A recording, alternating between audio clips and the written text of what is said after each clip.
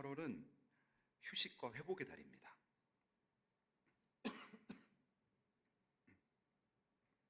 사람이 회복하려면 먼저 죄송해요. 아픈 곳이 치유가 받아야 돼요. 아픈 곳이 있으면은 진정한 휴식이 되질 않지요. 여러분은 어디가 아픈지 한번 이 시간 진단을 해보세요. 육신이 아픈 사람이 있어요. 마음이 아픈 사람이 있어요. 관계 문제가 생겨서 관계가 아픈 사람이 있어요. 관계가 아프다라는 말이 성립될지 모르겠지만 관계 때문에 마음이 아픈 사람이 있어요.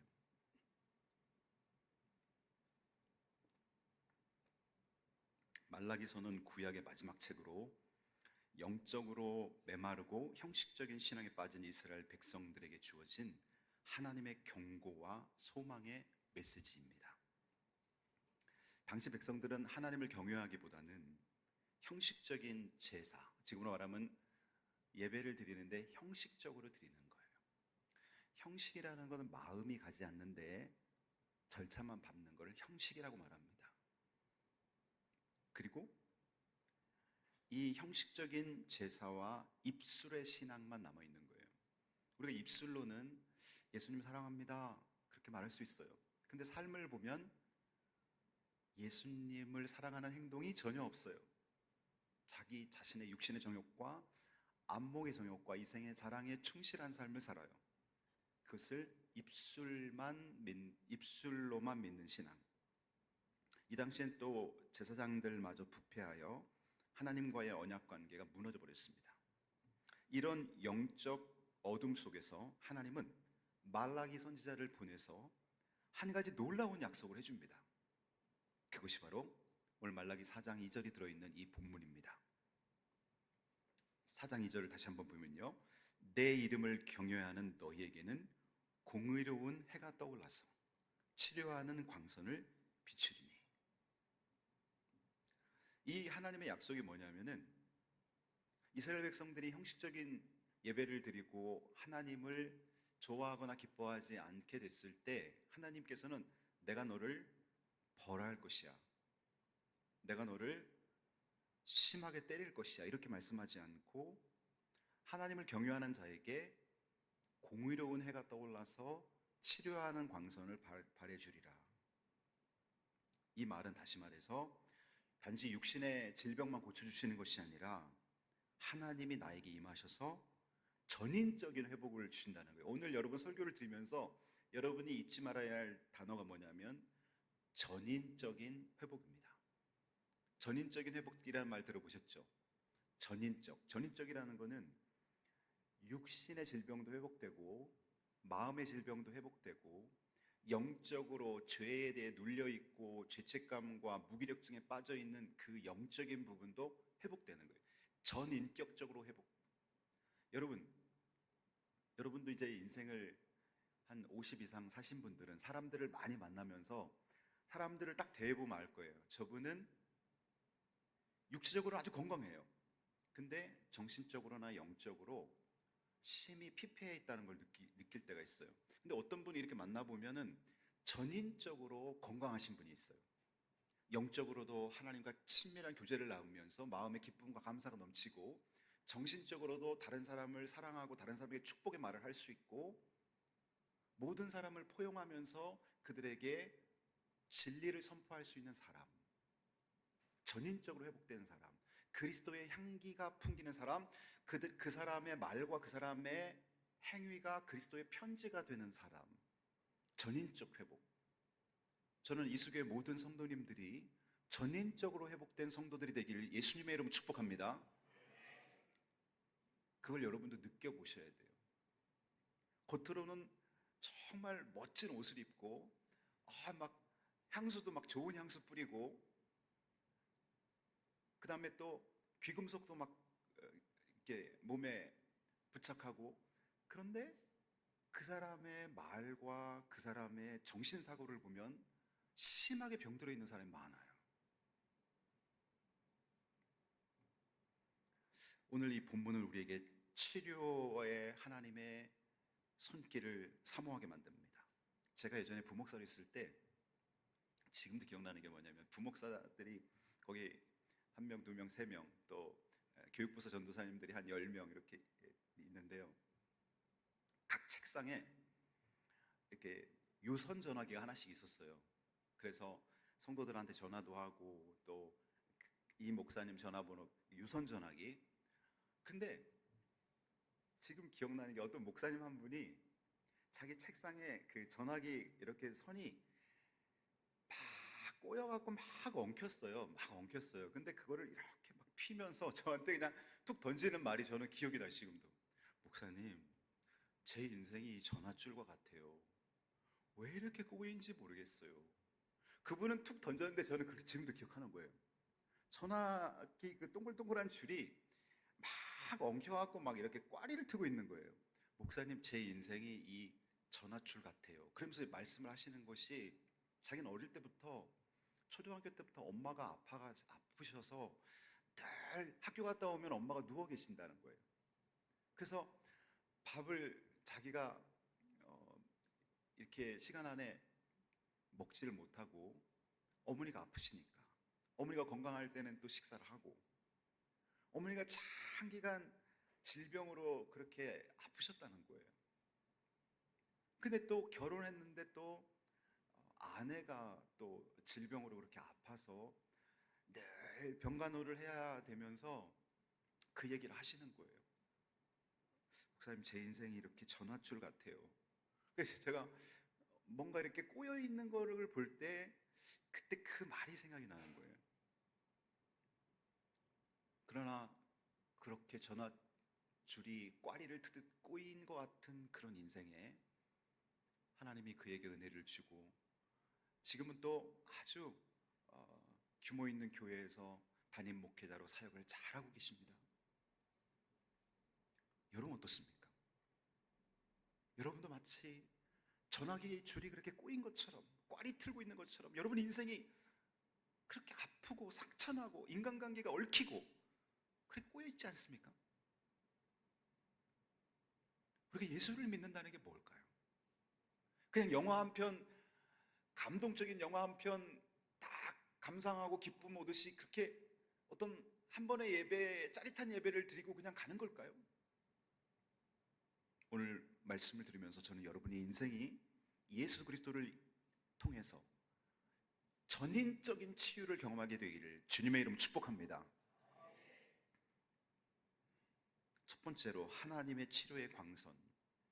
본문은 내 이름을 경외하는 너희에게 라고 말합니다. 하나님의 치유가 임하려면 하나님을 경외해야 된다는 거예요. 경외한다는 것은 두 가지 마음입니다. 하나는 사랑하는 마음, 존경하는 마음, 또 하나는 두려워하는 마음. 이 둘은 동전의 양면 같아요. 여러분이 하나님을 사랑하는 것과 동시에 하나님을 두려워하는 마음이 같이 있어야 돼요. 하나님을 두려워하는 마음은 왜냐하면 하나님은 거룩한 본체이시기 때문에 내가 죄를 지면 하나님 앞에 하나님의 심판 때문에 내가 부들부들 떨 수 있어야 돼요. 이것이 무감각해질 때 하나님의 경외하는 마음은 없어지는 거예요. 하나님이 단지 무섭기 때문이 아니라 하나님이 너무나 좋고 하나님이 너무나 친밀하면서 동시에 하나님은 거룩의 본체시기 때문에 내가 죄를 질 때마다 두려움이 엄습해야 되고, 그래서 십자가 보혈 앞에 나가서 회개해야 되고, 하나님을 멀리하고 내 마음대로 살았던 것들을 철저하게 주님 앞에 회개하면서 다시 관계 맺기에 들어가야 되는 것입니다. 이것이 하나님을 경외하는 것입니다. 이렇게 하나님을 경외하는 자에게 하나님은 치료의 광선을 발해 주신다는 거예요. 하나님의 치유는 단순한 육체적 회복을 넘어서 영혼의 근원적 문제를 해결하는 것에서 시작됩니다. 우리가 질병이 왜 올까요? 의학적으로 말하면 질병이 왜 올까요? 질병은 우리가 죽음이 있기 때문에 점점 노쇠해 가는 과정 속에서 내 육신의 장기나 모든 기관들이 노쇠하는 과정 속에서 이제 질병을 유발하는 것이요. 맞습니다.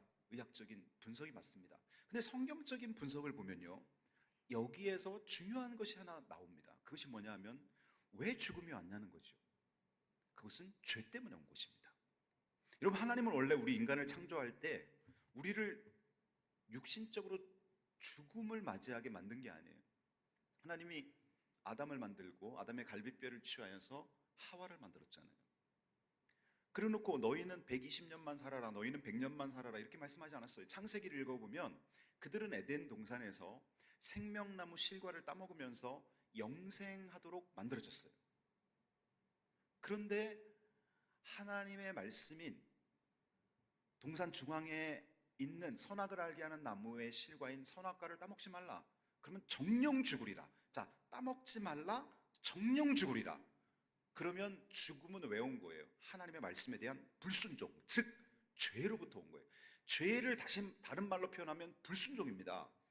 불순종, 죄 때문에 인간에게 죽음이 왔고 에덴 동산에서 추방됐고, 그러면서 인간의 수명이 120살을 넘지 못하게 하나님이 그렇게 인간의 수명을 차단시킨 거죠.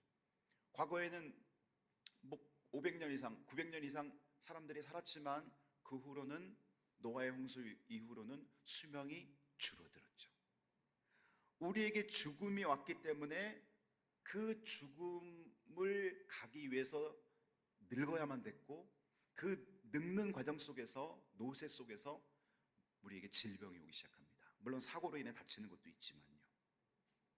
그러면 이 죄 문제를 해결함으로 인해서 우리가 죄사함을 받고, 또 하나님께서 이 의술이라는 것들을 우리에게 선물로 주셨어요. 우리나라가 30년 전보다 지금 적어도 10년에서 15년 이상 수명이 늘어났어요. 저희 어릴 때만 하면 60대 초반에 할아버지 할머니들이 경로당 가시는 거 보면 60 초반 되시면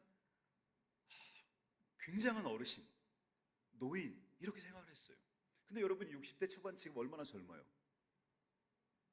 60대 초반 되신 분들은 뭐 옷 입는 것도 그렇고 외모도 그렇고 실제적인 신체적인 건강도 그렇고 너무나 건강하시죠. 이것이 바로 의술의 혜택이잖아요. 이 의학 또한 하나님 주신 선물이에요.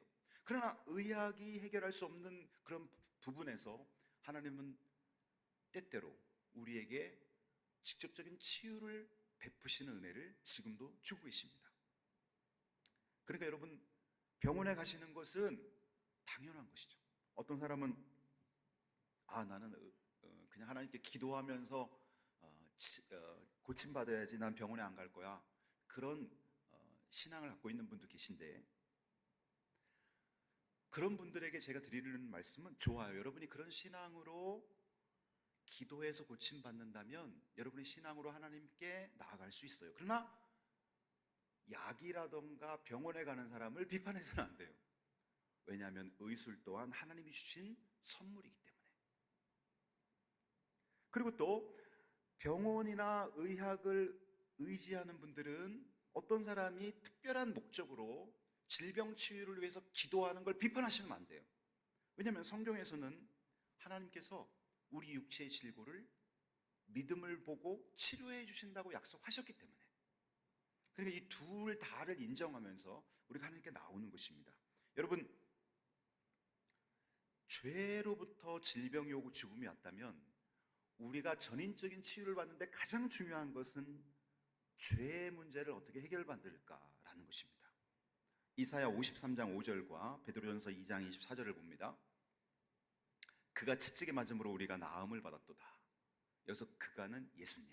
예수님이 우리의 죄를 짊어지고 채찍에 맞았고 우리의 죄를 짊어지고 십자가에 죽으셨기 때문에 예수님을 의지하고 예수님의 십자가를 믿을 때 바로 그분의 공로가 나에게 임하는 것입니다. 베드로전서 2장 24절에 보면 그가 친히 나무에 달려 그 몸으로 우리 죄를 담당하셨으니 이는 우리가 죄에 대하여 죽고 의에 대하여 살게 하려 하심이라.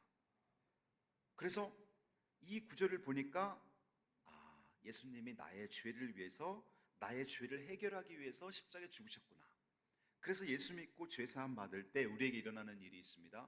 그것이 바로 영적 구원과 또한 때로는 절박한 순간에 믿음으로 기도하는 자들에게 육신적인 질병에서 치유해 주는 신유의 은사와 우리 삶이 불행하고 낙심하고 좌절하고 우울하고 미워하고 원수 맺기에 바빴던 우리의 삶으로부터 삶의 회복을 주십니다. 사랑하고 용서하고 축복하고 위로하고 기도하고 복음 전하는 삶으로 바뀌게 되는 거예요. 이것이 바로 전인적인 치유인 것입니다. 이 치유의 역사를 잘 보여주는 사건이 바로 민수기 21장 놋뱀 사건인데요. 구리뱀이라고도 하고 놋뱀이라고도 하죠. 민수기 21장에 보면은 이스라엘 백성들이 광야에서 불평과 원망에 빠져 있으니까 하나님께서 그들에게 벌을 내리는데 불뱀을 보냈습니다. 불뱀이란 말은 다시 말해서 독이 있는 뱀을 말하는 거예요. 이 사막지대에 있는 이 독이 있는 뱀은 굉장히 치명적이어서 사람이 물리면 죽는 경우가 많습니다. 그래서 이 불뱀을 이스라엘 백성들이 진치고 있는 동서남북으로 12지파가 진을 치고 있고 중간에 성막이 있잖아요. 그러면 그곳에 이 막사에 뱀들이 막 들어오는 거예요. 많은 사람들이 뱀에 물려서 죽어가는 거예요.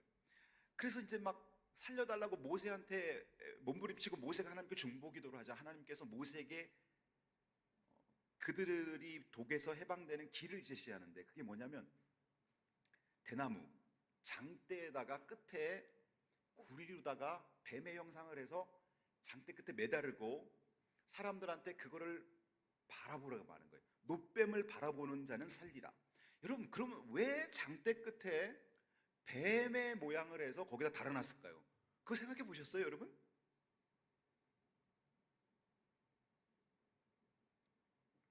그것이 뭐냐면은 바로 죄를 말하는 거예요. 아담과 하와가 범죄할 때 뱀의 형상을 하고 들어온 마귀가 선악과 따먹어도 돼 살살 유혹하면서 그걸 따먹으면 너희 눈이 밝아서 하나님처럼 되는 거야. 하나님처럼 되는 거가 싫어서 하나님이 너희들을 보고 못 먹게 한 거야. 그거 먹으면 지혜롭게 되고 너희 눈이 밝아져. 이렇게 거짓말을 해서 선악과를 따먹게 한 그 뱀, 옛뱀이라고도 하고 마귀라고도 하고 사탄이라고도 하는 그 하나님의 대적자, 그 하나님의 대적자를 장대 위에 못 박아 죽인 것을 상징한 거예요. 그리고 이것은 장차 오실 예수 그리스도가 십자가 위에 달려서 우리 죄를 대신해서 죽으신 예수 그리스도를 상징하고 있는 거예요. 그러면 자, 구약 민수기 21장에 장대 위에 달린 뱀과 신약시대 때 골고다 언덕에서 십자가 위에서 달리신 예수님이 오버랩 되면서 예수님의 죽음은 바로 우리를 죄로부터 유혹했던 마귀 권세를 깨뜨리는 죽음이 된 것이요.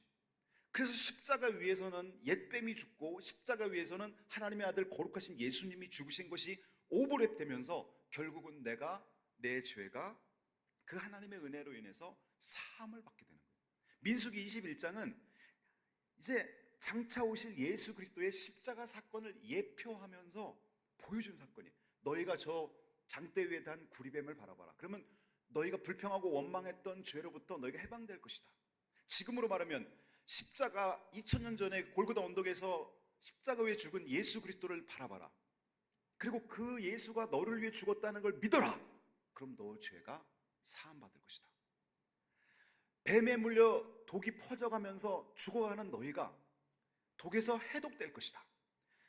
개인적인 죄를 져서 하나님과 단절되고 죽는 순간 지옥 형벌 받을 너희의 존재가 예수를 믿음으로 인해서 그 죄의 권세에서 해방될 것이다.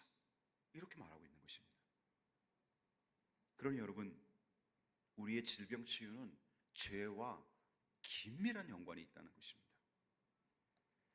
요한복음 3장 14절 15절은 이 사건을 이렇게 설명합니다. 모세가 광야에서 뱀을 든 것 같이, 이것이 민수기 21장 사건을 말하는 거예요. 모세가 광야에서 구리뱀을 만들어서 장대 위에 든 것 같이 인자 하나님의 아들도 십자가 위에서 들려야 하리니 이는 그를 믿는 자마다 영생을 얻게 하려 하심이니라. 아멘. 놋뱀을 바라본 자들이 육체의 죽음에서 건짐을 받은 것처럼 오늘 우리도 십자가에 달리신 예수님을 믿음으로 바라볼 때 영과 혼과 육의 치유를 경험합니다. 여러분, 민수기 21장에 보면 모세가 그렇게 독에서 해방되는 길을 제시했는데도 사람들 중에는 구리뱀을 바라보지 않고 그냥 죽은 사람들이 있어요. 그 사람들은 모세가 하는 말을 믿지 않았어요. 아니, 뱀에 물려서 독이 지금 퍼지고 있으면은 해독제를 맞거나 아니면 무슨 해독에 효능이 있는 어떤 약초를 다려 먹거나 뭔가 그런 방법을 취해야지, 무슨 장대 위에 구리뱀을 달아놓고 뭐 장난하는 것도 아니고 그거 쳐다보는데 왜 나? 이렇게 생각하는 사람들은 구리뱀에 관심이 없었어요. 그 사람들은 그냥 죽어간 거예요. 오늘날도 마찬가지입니다, 여러분. 대한민국의 어촌, 농촌에도 다 십자가가 있어요. 여러분 휴가 가실 때 한번 시골 가보세요. 교회 없는데 거의 없습니다. 리단이 마을까지 다 예배당이 들어갔어요. 우리나라 복받은 나라예요. 그러나 많은 사람들이 그 십자가에 달린 이 예수가 나의 죄를 사한다고 믿지 않는 사람들이 대한민국의 5분의 4나 됩니다. 여러분, 기독교인들이 지금 800만에서 더 줄어서 600만 명밖에 안 된다고 하죠. 그러면 대한민국의 크리스찬이 5분의 1, 6분의 1밖에 안 된단 말이에요. 십자가가 모든 곳에 다 있고 서울에는 아마 십자가가 세알일 수 없이 많아요.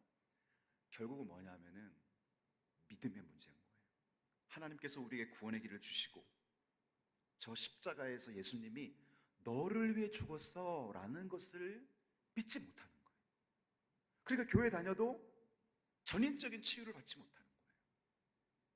예수님의 십자가의 죽음의 공로가 나에게 대입되질 않는 거예요. 그냥 입술로만 예수, 지식에만 머무는 예수와 하나님인 거예요. 여기에서 우리가 벗어나야 됩니다. 전인적인 치유가 필요합니다. 하나님께서 주시는 치유는 단순히 병이 낫는 육체적인 치료에 그치지 않고요, 영혼과 마음과 관계와 삶 전체가 회복되는 전인적인 치유. 자, 오늘 한번 따라해 보세요. 전인적인 치유. 전인적인 치유를 여러분 경험하셔야 돼요. 여러분, 인생의 행복은 전인적인 치유를 받은 사람과 그렇지 못한 사람이라고 나눌 수 있어요. 교회에 다니는 것과 전인적인 치유를 받는 것과는 다른 문제예요. 예를 들어 마음의 상처는 육신의 질병으로 이어질 수 있고요, 죄의 문제는 영혼의 어둠과 삶의 무기력으로 연결됩니다. 예수님이 오신 목적도 단순히 병을 고치는 데 있는 것이 아니라 온전케 하려 함이니라 그랬어요. 그래서 온전케 함이라는 것은 영과 혼과 육의 온전한 치유를 말하는 거예요. 전인적인 치유. 제가 예수님이 병자를 치유한 예를 몇 가지 들게요. 자, 마가복음 2장 5절에 보면은 예수님께서 중풍병자를 고치십니다. 그 중풍병자를 고치실 때 중풍병에서 해방되어라 이렇게 말하지 않고 예수님이 이런 말씀하십니다. 예수께서 그들의 믿음을 보시고 중풍병자에게 이르시되 작은 자야, 내 죄사함을 받았느니라. 중풍병을 고치는데 왜 죄의 이야기를 할까요? 예수님은 인간의 질병의 근원이 죄라는 것을 여기서 알려주시는 거예요. 너가 하나님과 단절되어 있는 것이 너의 근본적인 죄고, 그 죄로부터 죽음이 왔고 그 죽음을 맞이하기 위해서 질병이라는 과정을 겪는 거야. 그리고 갖가지 질고가 있는 거야. 근데 너가 나를 만났으니 내가 너에게 지금 중풍병만 고쳐줄 것이 아니라 너의 죄 문제를 해결해서 하나님의 자녀가 되고 천국 백성이 되게 해주길 원하노라. 이 말이 요 한마디에 다 담긴 거예요. 내 죄사함을 받았느니라. 그리고 이 중풍병자는 중풍병에서만 해방된 것이 아니라 하나님의 자녀가 됩니다. 영적으로 고침받습니다. 그 다음에 마가복음 5장에 보면 혈루증 여인이 치유받는 것이 소개되어 있는데요, 12년 동안 부인병, 혈루증으로 고통받는 이 여인에게 예수님이 이렇게 말씀하십니다. 딸아, 내 믿음이 너를 구원하였으니 평안히 가라. 내 병에서 놓여 건강할지어다. 딸아, 내 믿음이 너를 구원했다. 여기서 내 믿음이 너를 구원했다고 할 때 이 구원은 혈루증에서 해방되는 육체적 질병과 함께 그가 믿음을 가졌기 때문에 하나님과 단절되었던 그 죄에서 노임받아서 이제는 하나님의 자녀로 살아가는 영적 구원을 포함한 것입니다.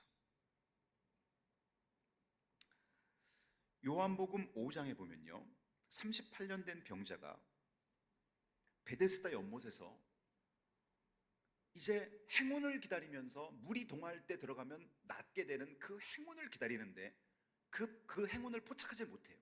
근데 예수님이 오셔서 이 병자에게, 38년 된 병자에게 예수님이 이렇게 말씀하십니다. 더 심한 것이 생기지 않게 다시는 죄를 범하지 말라. 그 병자를 고쳐놓고 더 심한 것이 생기지 않게 다시는 죄를 범하지 말라. 이 말은 무슨 말이에요? 우리의 질병이 죄와 긴밀한 관계가 있다는 것을 여러분 알려주는 것입니다.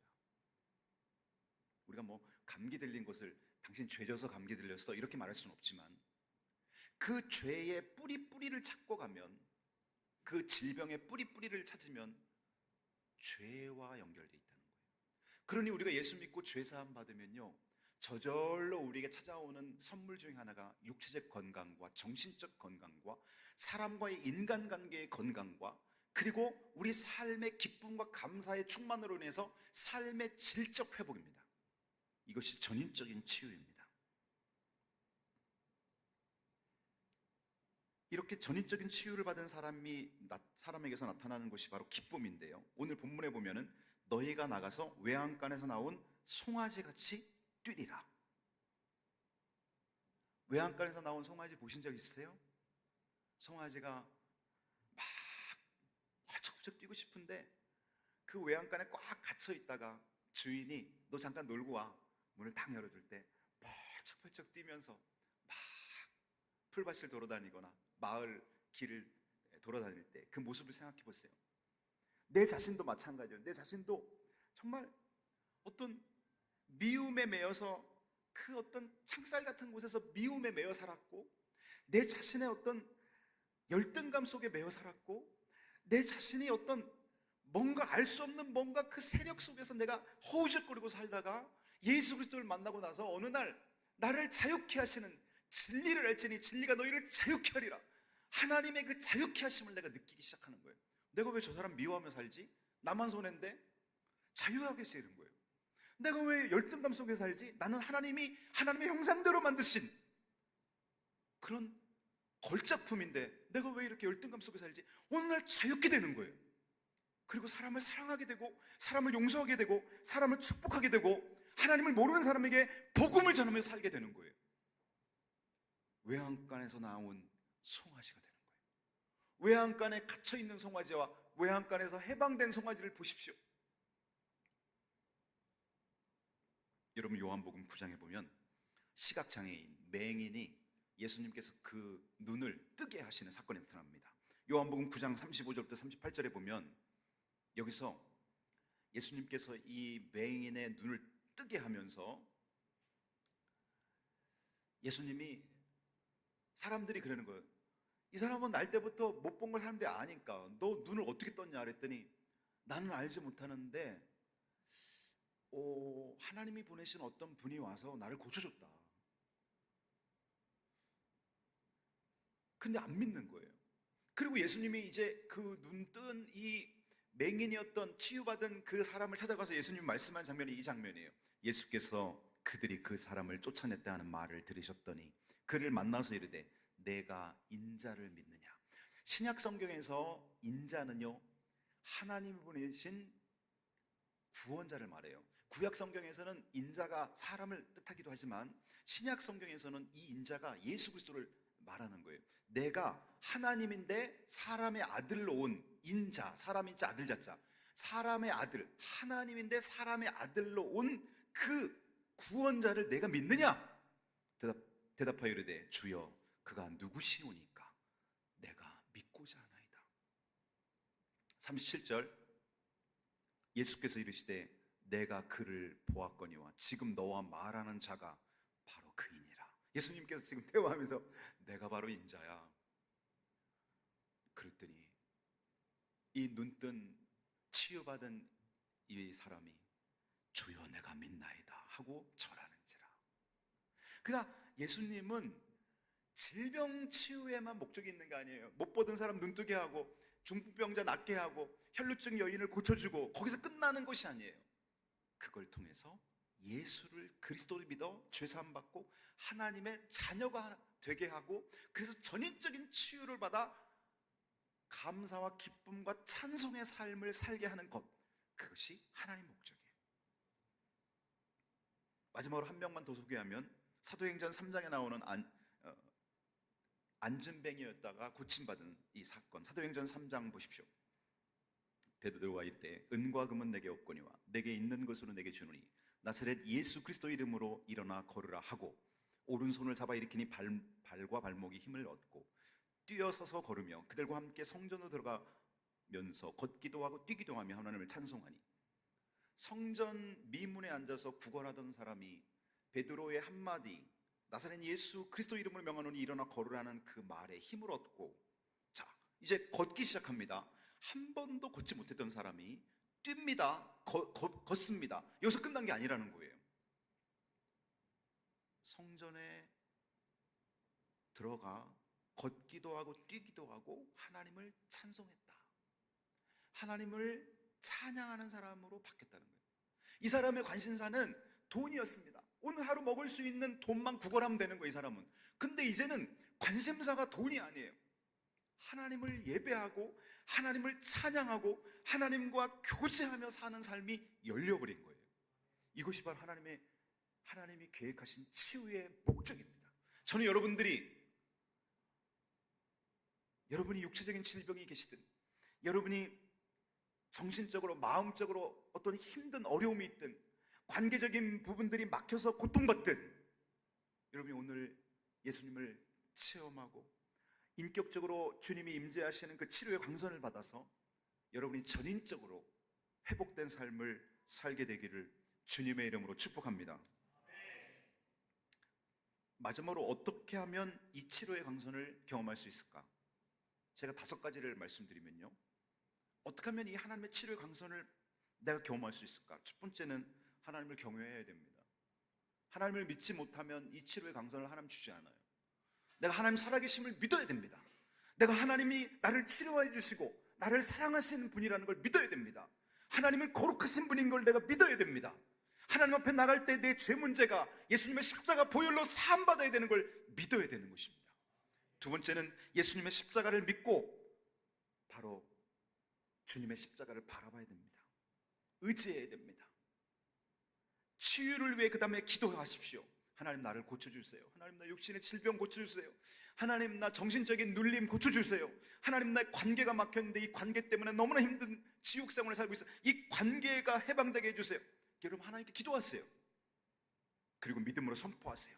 예수 이름으로 명하노니 박정수 안에 있는 이런 연약함은 예수 이름으로 명하노니 떠나갈지어다.